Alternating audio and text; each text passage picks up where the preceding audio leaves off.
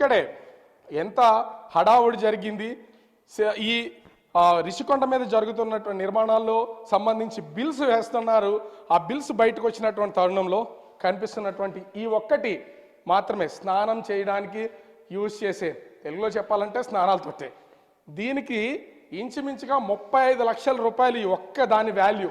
మరి ఏమి కొంటే, ఎక్కడి నుంచి కొని తెస్తే 35 లక్షల రూపాయలు అవుతుందనేది ఎవరికి అర్థం కాదు. దీనిలో మరి అంత స్పెషాలిటీ ఏముందనేది కూడా తెలియదు. బిల్లు మాత్రం 35 లక్షల రూపాయలు. ఇక్కడ ఉన్నటువంటి ఈ వాటర్ వచ్చే పైపును కూడా చూస్తున్నాం కదా, సామాన్యుల కోసం ఇది ఇక్కడ స్పెసిఫిక్గా మనం మెన్షన్ చేయాల్సినటువంటిది ఏంటంటే, అత్యంత సామాన్యుల కోసం రాష్ట్ర ప్రభుత్వం రాష్ట్ర ప్రభుత్వం ఎలాగో డబ్బులు ఇవ్వట్లేదు, కేంద్ర ప్రభుత్వం నుంచి వస్తున్నటువంటి 1,80,000 రూపాయలు మాత్రమే ఒక ఇంటి నిర్మాణానికి, అంటే 1,80,000 రూపాయలు మాత్రమే.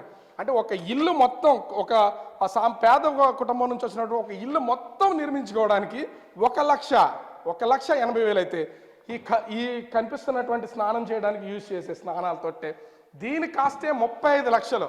అంటే 35 లక్షల్లో పెట్టి దీన్ని ఎందుకు అనేది 10 నిమిషాల పాటు స్నానం చేసి వచ్చేదానికోసం. ఇప్పుడు ఇందాక చూపించాం మనం కబోర్డు, ఒక్కొక్క కబోర్డు కాస్ట్ 25 లక్షలని ఈ స్నానాలకు సంబంధించినటువంటిది.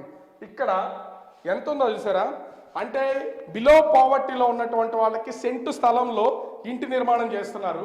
ఆ ఇంటి నిర్మాణానికి సంబంధించి చూస్తే స్నానం చేసే ఈ స్పేసియస్ ఉన్నటువంటి ప్లేసే ఒక బెడ్రూమ్, ఒక సాధారణమైనటువంటి పేద కుటుంబంలో నివసించేటువంటి వాళ్ళకి ఇది ఒక బెడ్రూమ్. అట్లాంటిది స్నానం చేయడానికి చూస్తున్నాం కదా ప్రతిదీ. ఇంకా వాటర్కి సంబంధించినటువంటి సప్లైకి ఏమి ఇచ్చినటువంటి పరిస్థితి అయితే లేదు. ఇంత కాస్ట్ ఉన్నటువంటి దాన్ని మనమైతే చూస్తున్నాం. ఇక్కడ కూడా ఒక్కొక్కటి ఇంత వెడల్పులో ఇంత పెద్దవి చూస్తే ఈ కనిపిస్తున్నటువంటి ఈ ప్రతి కమోడ్ కాస్ట్ ఇంచుమించుగా 25 లక్షలు పెట్టారు. అంటే ఎన్ని కమోడ్స్ ఇక్కడ వాష్రూమ్స్లో పెట్టారో ప్రతిదానికి 25 లక్షలు. అంటే కొన్ని 100 కోట్ల రూపాయలు ఏ విధంగా నాశనం అయిపోయినాయో దీన్ని బట్టి అర్థం చేసుకోవచ్చు.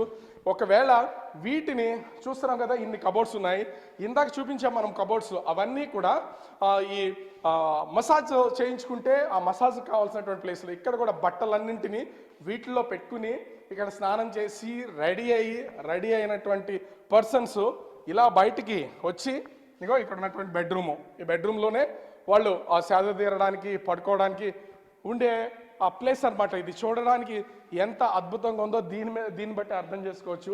ఈ బిల్డింగ్ ఇంకో ప్రత్యేకత ఏంటంటే, ఎవరు రారు కాబట్టి, సీఎం హై సెక్యూరిటీ కాబట్టి ఖచ్చితంగా ఏసీలు ఉండాలి, ఫ్యాన్లు వేయాలి, ఇట్లాంటిది ఏమీ లేదు.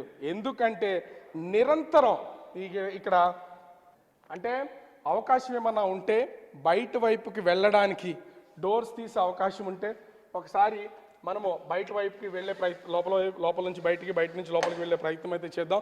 కానీ డోర్స్ అన్నీ కూడా ఇప్పటికే లాక్ చేస్తున్నాయి, ఏ ఒక్కరు కూడా వెళ్ళకుండా. ఇది తీసుంది.